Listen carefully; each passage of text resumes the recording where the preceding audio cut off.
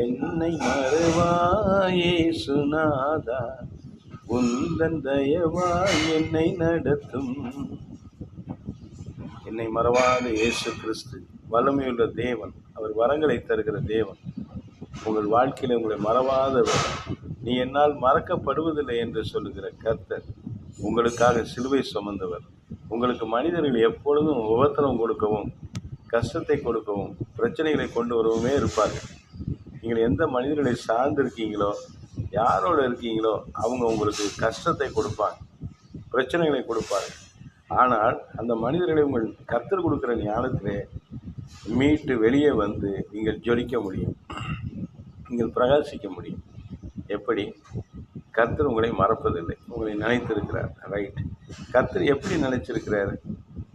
தாயின் கருவிலே உங்களை நினைத்திருக்கிறார், இளம் வயதில் நினைக்கிறாரு, நடுத்தர வயதில் நினைக்கிறார், முதிர் வயதில் உங்களை கைவிடாது இருக்கிறார், உங்களை நினைக்கிறார். இப்போ உங்களுக்காக அவர் உங்களை நினைச்சிருக்கிறப்ப அவர் எப்படி உங்களை கைவிடுவார்? அவர் உங்களை நினைச்சிருக்கிறதுனால சத்துருக்களுடைய போராட்டம், சக மனிதனுடைய பிரச்சனைகள், அவங்க கொண்டு வருகிறதான நெருக்கடி, மனுஷன் எப்பயுமே தன்னோடு இருக்கிற இன்னொரு மனிதன் வாழும்படியான ஒரு நல்ல எண்ணம் உள்ள மனிதனுடைய குறைவு, பயங்கரமான ஒரு அசுத்த கிரியைகள் இன்றைக்கி மனுஷங்க இருக்கிறாங்க. இந்த எல்லா பிரச்சனைகளுக்கும் வெளியே வருவதற்கு தேவன் உங்களை நினைத்திருக்கிறார். அவங்களை வாழ வைக்க அவர் கிருபை செய்கிறவராக இருக்கிறார். அவர் உங்களை நினைச்சிருக்கு. எதற்காக உங்களை நினைத்திருக்கிறார்? நீங்கள் நல்ல வாழ்க்கையை வாழ்வதற்கு, சமாதானமாக இருப்பதற்கு, சந்தோஷமாக இருப்பதற்கு, சுகபலன் ஆரோக்கியத்தோடு இருப்பதற்கு கர்த்தர் உங்களை நினைத்திருக்கிறார். உங்களை ஆசீர்வதிப்பதற்கு அவர் நினைத்திருக்கிறார்.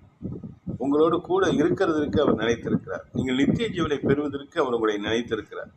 நீங்கள் எல்லா நன்மைகளும் பெறுவதற்கு அவர் உங்களை நினைத்திருக்கிறார், உங்களை ஆசீர்வதிக்கிறார். ஆகவே கர்த்தர் உங்களை நினைத்திருக்கிறதுனால நீங்கள் எல்லாவற்றையும் ஜெயிக்க முடியும், எல்லா போராட்டங்களிலிருந்து வெளியே வர முடியும். கர்த்தர் உங்களுக்கு நன்மைகளை மாத்திரமே தருவார். அவர் எந்த தீங்கும் உங்களுக்கு அனுமதிப்பதில்லை. சாத்தான் உங்களுக்கு தீங்கு அனுப்பிப்பான். சாத்தானால் செயல்படுகிற அசுத்த ஆவிகளினால் செயல்படுகிற மனிதர்கள் உங்களுக்கு கஷ்டங்களை கொண்டு வருவார்கள்.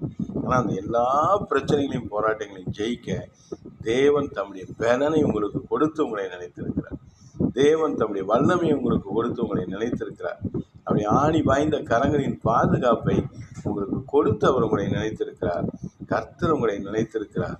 கர்த்தர் உங்களை மறப்பதில்லை. அவர் தம்முடைய உள்ளங்கையிலே உங்களை வரைந்து வைத்திருக்கிறார். உங்களுக்கு சகல நன்மைகளையும் கொடுத்து உங்களை ஆசீர்வதிப்பார். நீங்கள் ஒரு நாளும் தாழ்ந்து போவதில்லை. அல்லேலூயா.